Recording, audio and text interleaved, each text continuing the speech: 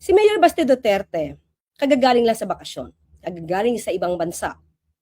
Instead na unahin ang kapakanan ng mga constituents sa Davao City dahil nakakaranas sila ng pagbabaha, inuna pa talaga ang pamumulitika. Ang tanong niya, anong priority ng administrasyon? Kung hindi siguro sila madalas magbiyahe, hindi siguro sila madalas magbakasyon, at nanonood sila ng news, malalaman nila kung ano ba talaga ang programa at proyekto ng pamahalaan. Patungkol sa impeachment ng kanyang kapatid na si Vice Presidente Sara Duterte, tandaan po natin, hindi po ito mandato ng administrasyon. Ito po ay mandato ng Kongreso. Wala pong kinalaman ang Pangulo sa ginaganap na impeachment trial diyan po sa impeachment court. Kung talagang ninanais nila na siya ang maging Pangulo matapos ang termino ni Pangulo Marcos Jr., mas magandang malinis niya ang kanyang pangalan, ang kanyang reputasyon.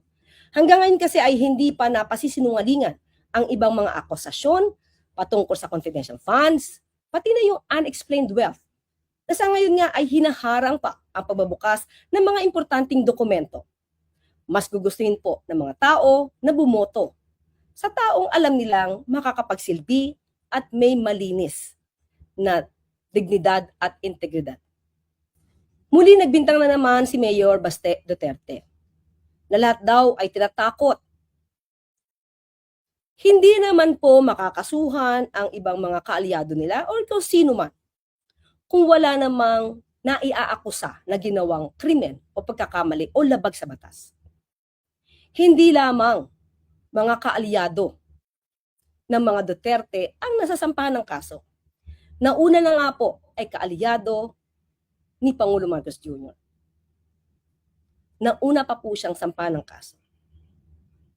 Dahil sa Pangulo po kung saan ang ebidensya, doon lamang po dapat pagbasihan. Hindi ito gumagawa ng ebidensya.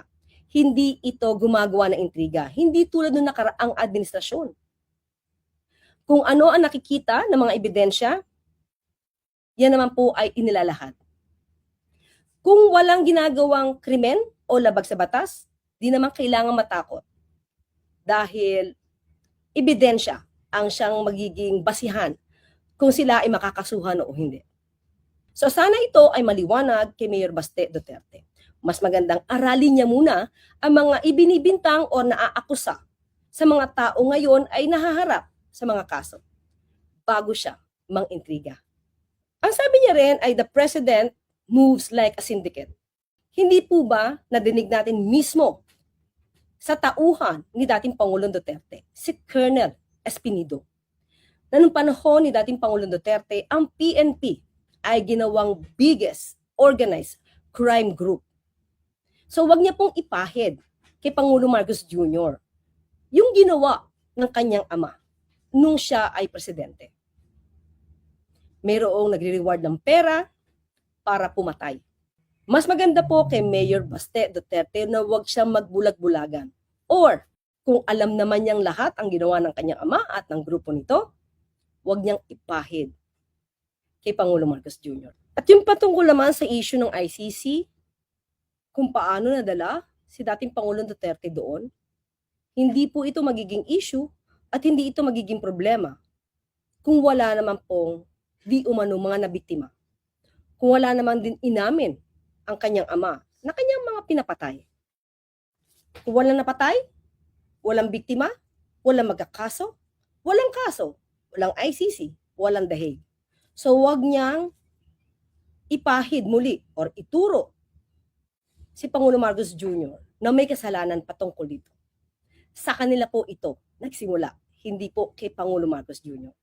Malakas ang loob banggitin ng Vice Presidente Sara Duterte ang tungkol sa mga buhaya. Si Vice Presidente Sara Duterte ba ay nakikipag-usap sa kanyang sarili? Mas maganda na mag-reflect, isipin ano ba talaga ang records ng mag-aamang Duterte. Mismo, ang dating Pangulong Duterte ay umamin na siya ay nagnakaw sa pondo ng bayan. Siya ay corrupt. Kaya lang, naubos na. Hindi pwede magmalinis. Katulad ng ginagawa ngayon ng Vice Presidente.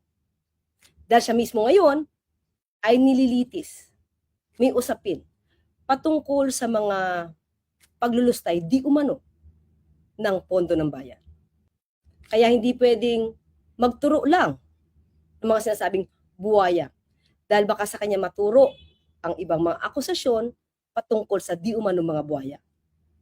So hindi pwedeng magmalinis si Vice Presidente Sara Duterte hanggat hindi rin niya naman nalilinis ang kanyang pangalan at integridad.